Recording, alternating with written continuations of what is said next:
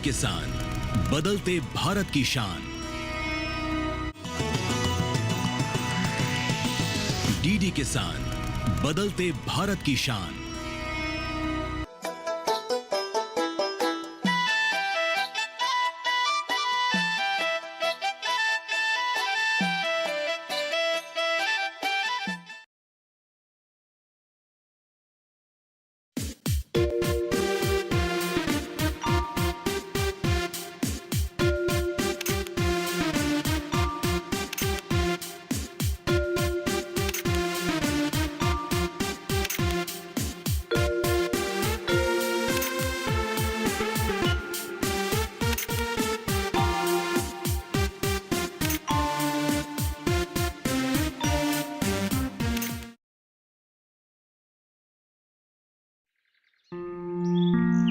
हमेशा खिलखिलाता मुस्कुराता चेहरा का नाम था माला। माला हमारी क्लास में हमेशा टॉप करती थी और वो मुझसे बेहद प्यार भी करती थी। लेकिन गरीबी की वजह से उसे पढ़ाई छोड़कर गांव से शहर जाना पड़ा, किसी अमीर के घर में नौकरानी बनकर। वही किसी रईस बाप की बिगड़ा हुआ औलाद की नजर माला पर गिरी और उसने माला की इज्जत के साथ खिलवाड़ की। फिर बाप ने उसे गांव भेज दिया। अब वो एक नाजायज औलाद की माँ बन गई। फिर क्या हुआ? फिर क्या, नतीजा तो तुमने देख ही लिया। अब तूने क्या सोचा? मैं क्या कर सकता हूँ? करने को तो बहुत कुछ कर सकते हो मेरे दोस्त। गांव वाले क्या कहते हैं? गांव वाले क्या कहेंगे? गरीबों के लिए कोई आवाज उठाता है क्या? इसलिए तो मैं कहता हूँ हमें कुछ ना कुछ करना ही होगा ताकि इस गांव में और एक माला ना बन जाए। गांव की कमजोरी है गरीबी, इसे मिटाना होगा। कैसे? तू चल मेरे साथ। कहा? तू चल तो सही। हाथों की पांचों उंगलियां अगर मिल जाए तो मुट्ठी बन जाता है, यानी ताकत बन जाता है। सालों से यही करने की कोशिश कर रहा हूं मैं, लेकिन सफल नहीं हो पा रहा था। जानते हो क्यों? क्यों? क्योंकि मेरी बात को कोई समझ नहीं रहा है। हमारा यहाँ हर मौसम में खेती बाड़ी नहीं होता है। लोग 12 महीना काम नहीं कर पाते। साल के 4 से 6 महीना हम बेरोजगार रहते हैं। अगर 12 महीना हम खेती कर सके या कोई वैकल्पिक रोजगार का जरिया निकाल सके तो जाके कुछ अच्छा नतीजा मिल सकता है। वैकल्पिक रोजगार मतलब? इसका मतलब है डेयरी यानी गौशाला, अच्छा, मछली उत्पादन, हाँ, शुअर पालन, मुर्गी पालन, हस्तशिल्प इत्यादि इत्यादि। समझ गए भैया, लेकिन इसके लिए तो बहुत सारे पैसे की जरूरत होंगे। इतना पैसा कहाँ से मिलेगा? देखो, गांव वाले अगर एकजुट हो गए ना, असंभव को भी संभव कर सकते हैं। आपकी बात मुझे कुछ समझ में आ रहा है, लेकिन गांव वाले अच्छी तरह समझ नहीं पा रहे हैं क्योंकि वे लोग अनपढ़ हैं। बिल्कुल सही बोला तुमने। और एक बात, जिस रफ्तार से हमारे गांव में जनसंख्या का विस्फोट हो रहा है, ये बहुत ही गंभीर मामला है। यानी समझ लो मेरे पास 10 बीघा जमीन है और मेरा 4 बेटे हैं। मेरे मरने के समय वो जमीन जब बंटवारा होगा, मेरे एक बेटे के हिस्से में कितना आएंगे? 2.5 बीघा। बिल्कुल सही। और एक बात सोच लो, अगर उनके भी 4 लड़के होंगे तो बंटवारे के समय मेरे एक पोते के हिस्से में कितने जमीन आएंगे? 1 बीघा भी नहीं। सही बोला। अगर यही हाल रहा तो अनाज के लिए भी हम दूसरे देशों पर निर्भर करने लगेंगे। हमारा देश कंगाल हो जाएगी।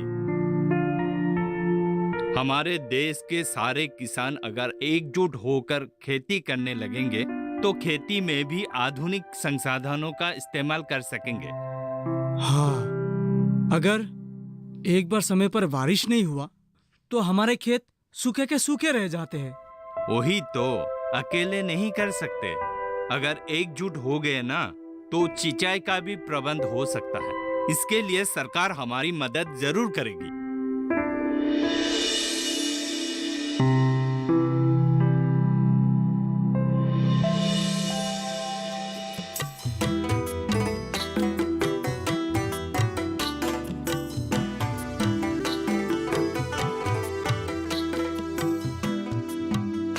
हरीश भैया, ओ हरीश भैया,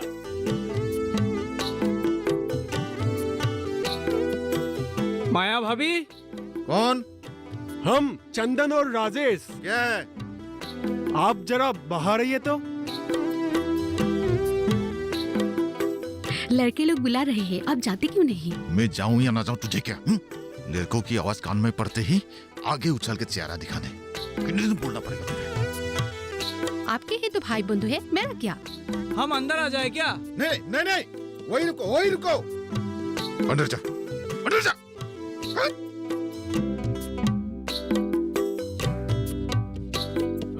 क्या है? दरअसल हम वो बंजर जमीन साफ करने जा रहे हैं। आप आएंगे क्या? क्यों? उस बंजर जमीन को उपजाऊ बनाने के लिए। भाभी दिखाई नहीं दे रहा है। चलो। भैया भाभी मर गई तेरी भाभी। अब चलो, कहाँ जाना है? चलिए।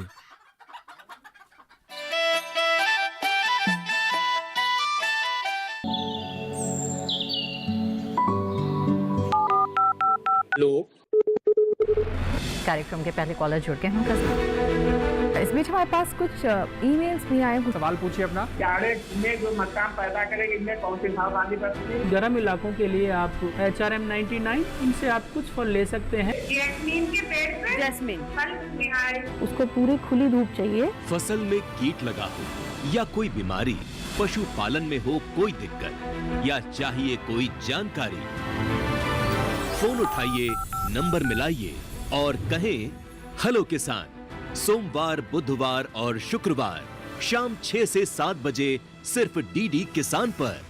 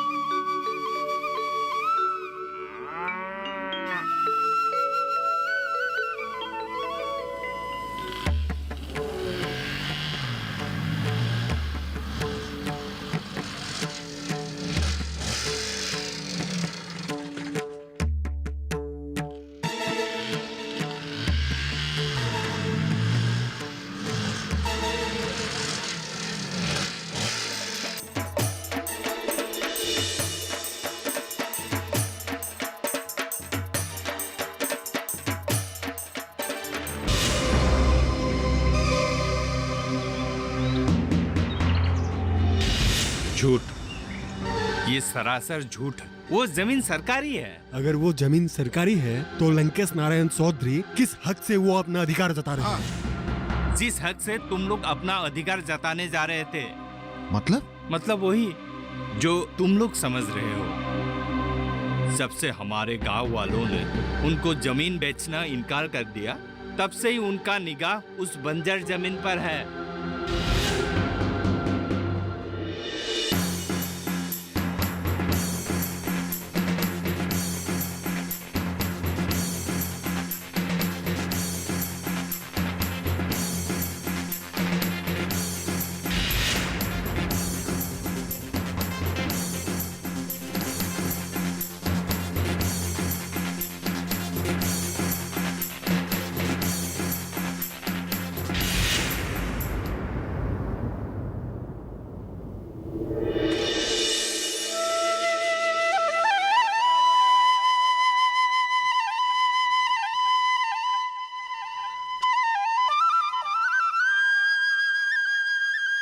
जाइए, आप लोग काम शुरू कीजिए। चलो। हाँ, चलो चलो चलो भाई लोग, चलो भाई लोग, आ जाओ।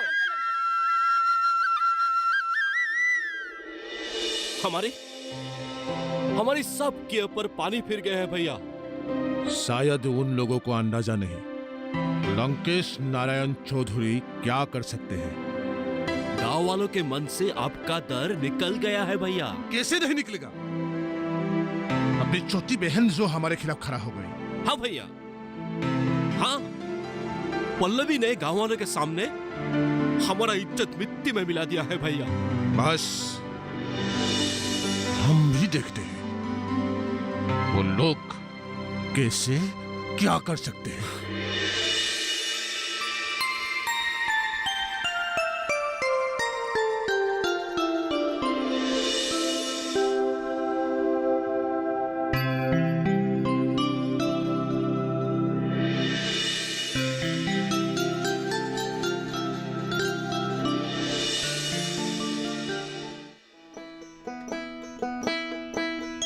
क्या कर रहे हो?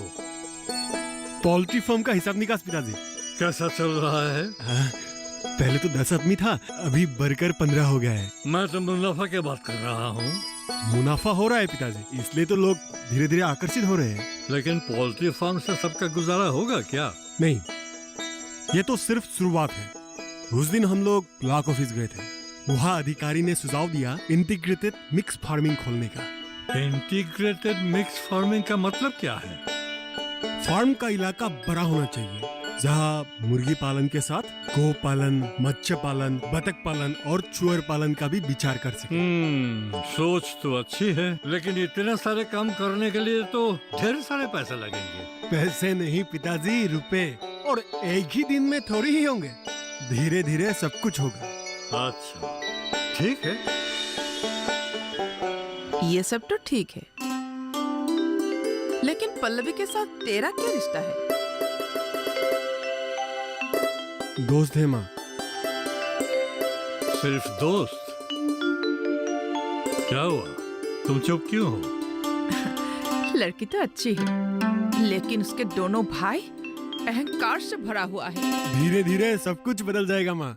इसका मतलब उसके साथ तेरा... मैं आपसे झूठ नहीं बोलूंगा, हाँ, लेकिन अब मेरे जिंदगी का बस एक ही मकसद है, इस फार्म का विकास और गांव के लोगों का विकास।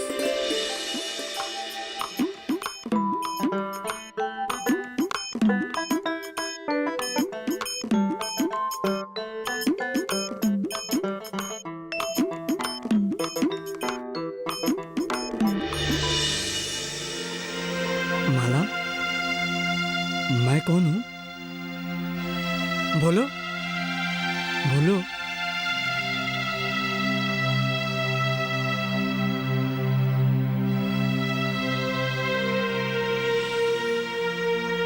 याद करो माला, ठीक से याद करो।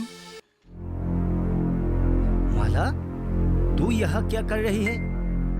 एक बार हमारा नाक कटवा कर जी नहीं भरा, जो फिर से इस लफंग के साथ गुलछड़ियाँ उड़ा रहे हो? भद्रे चाचा, अब ये सब कैसे बातें कर रहे हैं? तू चुप कर, बैठे बैठे क्या देख रही है? चल मेरे साथ। तेरे वजह से समाज में मुंह दिखाने का मैं लायक नहीं रहा। यहाँ रहकर गुल खिलाने की कोई जरूरत नहीं। क्या बात है भद्र चाचा, आप इतने गुस्से में क्यों? मैं जो भी करूँ तुझे क्या? पहले आप शांत हो जाइए, तो एक बार माला की तरफ देखिए तो सही।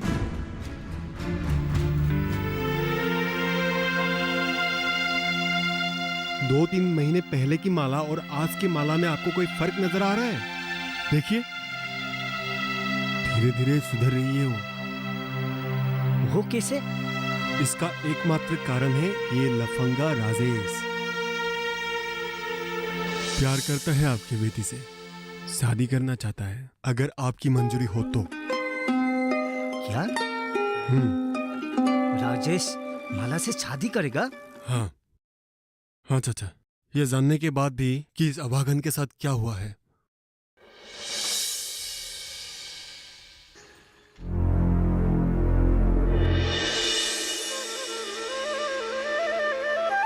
खुश रहो मेरी बेटी, खुश रहो। चंदन, चंदन, अरे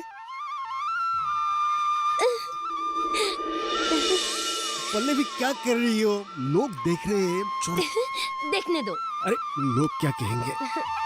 कहने दो। अरे शर्म नाम की भी कुछ चीज होती है कि नहीं? रहने दो, आज मैं बहुत खुश हूँ। क्यों? भैया ने हमारे रिश्ते को मंजूरी दे दी। क्या? हाँ चंदन, भैया ने तुम्हें घर पे बुलाया है। मुझे तो यकीन नहीं हो रहा है। हाँ। अरे महेंद्र चाचा, आप इतने उदास क्यों? अरे चंदन, तुम लोग सब एक साथ? क्या बताऊं, मेरा सब कुछ बर्बाद हो गया। क्या हो गया? मंदी में सब्जी का भाव इतना गिर जाएगा मैंने सोचा ही नहीं था, और व्यापारी लोग सब्जी का उचित भाव देने को तैयार ही नहीं है।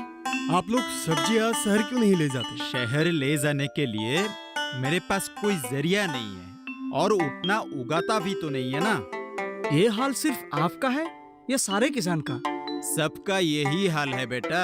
इसलिए तो मैं कहता हूँ किसानों को एकजुट होना है। अगर व्यापारी सब्जी का उचित भाव नहीं देना चाहता तो आप लोग एक साथ मिलकर क्यों नहीं ले जाते? यही तो मुश्किल है बेटा, लोग साथ साथ काम करना नहीं चाहता है। आप क्या चाहते हैं? मैं तो वही तो, आप भी नहीं चाहते। इसी कारण हजारों किसान साल भर में खुदकुशी करते हैं। एकता में बल है, ये कहावत आपने सुनी होगी। हाँ, सिर्फ एक बार। हम सभी एकजुट होने में हर्ज ही क्या है? हाँ, बात तो 16 आना सच है।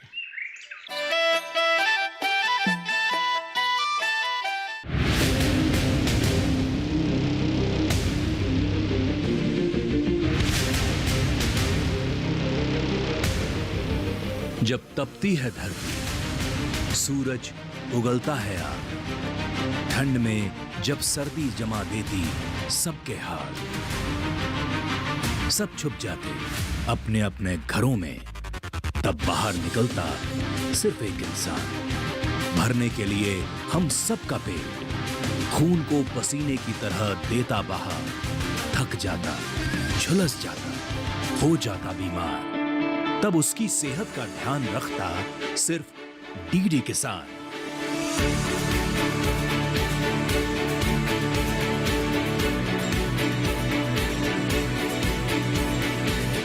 देखिए स्वस्थ किसान शनिवार शाम 6 बजे लाइव, सिर्फ दूरदर्शन किसान चैनल पर।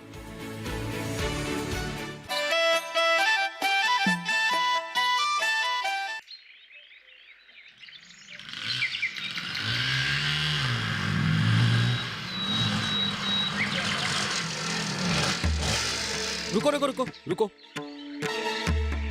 ए महेंद्र चाचा और भद्र चाचा, सुना है आजकल तुम लोग शहर जाते हो? हाँ बेटा। क्यों? ये सब्जी लेके। सब्जी लेके? हाँ। अरे हमारे गांव में सब्जी मंडी है, वहाँ आराम से बेच सकते हो, इतना कष्ट क्यों कर रहे हो? यहाँ पानी के भाव में कौन सब्जी बेचेगा? अरे क्या होगा तुम लोगों का? ये बुद्धि तुम लोगों को किसने दिया है? बेटा, हमारे गांव के राजेश और चंदन ने ये बुद्धि हमें दिया। हाँ, ये राजेश और चंदन तुम लोगों को पागल करके ही छोड़ेगा। चलता हूँ बेटा, चलो।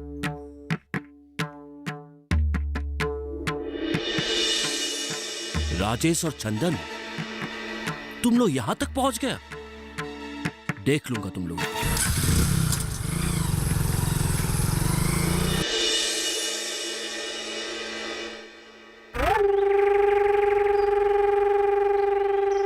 कैसे हो बहनोई जी? मैं ठीक हूँ, आप कैसे हैं? एकदम बेहाल। क्यों? हमसे नाराज हो बहनोई जी? नहीं तो फिर हमारे बुलाने पर क्यों नहीं आया? कहा? और कहा? मेरा घर। किस लिए? अरे शादी की बातचीत करने के लिए। किसकी शादी? मेरी बहन और तुम्हारी। ये काम तो मेरा नहीं है। और किसका है? मेरे माता और पिता अभी भी जिंदा हैं। ओह, हाँ हाँ, ये तो सही बात है। मैं शादी के बारे में बातचीत करने के लिए नहीं, ऐसे ही तुमसे और कुछ बात करनी थी। अब तो रिश्तेदार भी बन गए हो ना। हाँ, शादी के बाद मेरा जितना संपत्ति है उसका 1/3 का मालिक तुम भी बन जाओगे। तब मैं परिवार वालों को क्या कहूंगा? कि मेरा बहनोई एक मुर्गी पालक है। तो मुझे क्या करना होगा? देखो बहनोई जी, ये फार्म तुम बंद कर दो। यहां तुम जितना कमा रहे हो ना, इससे कई गुना ज्यादा तुम कमा सकते हो इसी पद से। वो कैसे? अगर तुम मेरे साथ दो तो। चंदन आपका साथ कभी नहीं देगा भैया, पल्लवी, और मैं भी नहीं दूंगी। तुम ये कैसे बातें बोल रहे हो बहना? प्लीज मुझे बहना मत बुलाइए।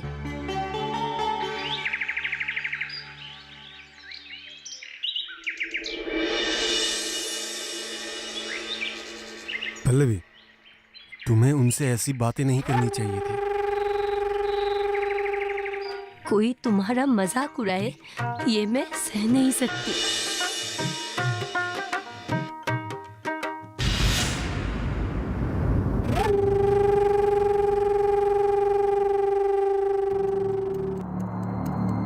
प्लीज मुझे बहना मत बुलाइए।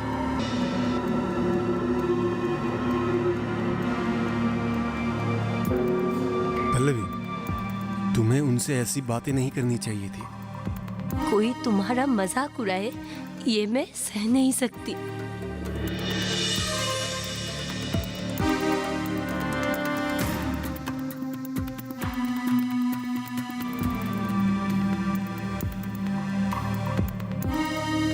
कहाँ जा रहे हो? इससे पहले हमारा और नुकसान हो उसे तो खत्म ही कर देता हूँ। तो किसकी बात कर रहा है? वो जमीन हमारे हाथ से निकल गया है भैया। सब्जी मंडी का धंधा भी बंद हो गया है। उसे जीने का कोई हक नहीं है। देख छोटे, बस पल्लवी हमें छोड़ के चला गया। क्या? हाँ छोटे, तुम दोनों को मैं बहुत चाहता हूं, अपनी जान से भी ज्यादा। आज तक मैं जो कुछ भी किया सिर्फ तुम दोनों की भलाई के लिए ही किया। अपने परिवार के बारे में सोचते सोचते मैं इतना स्वार्थी हो गया कि मैं दूसरे के बारे में सोचना ही भूल गया। देख सोते, तू संदन को कुछ नहीं करेगा। पर भैया, बस सते बॉस, मैंने जो बोल दिया सो बोल दिया।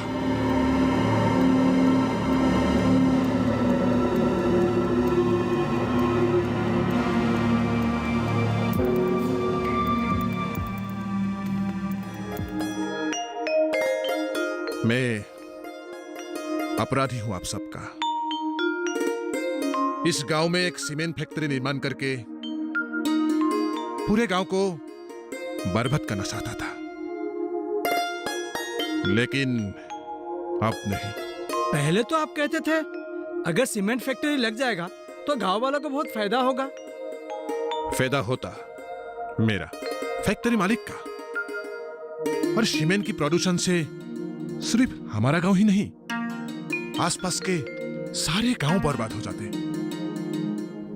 मुझे आज खुशी महसूस हो रही है कि संदन और राजेश जैसे पढ़े लिखे नौजवान अपनी शहर जाने का सपना छोड़कर, अपनी नौकरी की तलाश छोड़कर सिर्फ अपने लिए ही नहीं, गांव वालों को भी रोजी रोटी देने में सक्षम हुए हैं। मैं आपसे बिल्कुल सहमत हूं। एक खुशहाल जिंदगी की तलाश में हम हर रोज शहर भागते हैं। अगर शहर में उपलब्ध हर एक सुविधा गांव में उपलब्ध हो जाए तो शहर जाने की कोई आवश्यकता ही नहीं। वाह,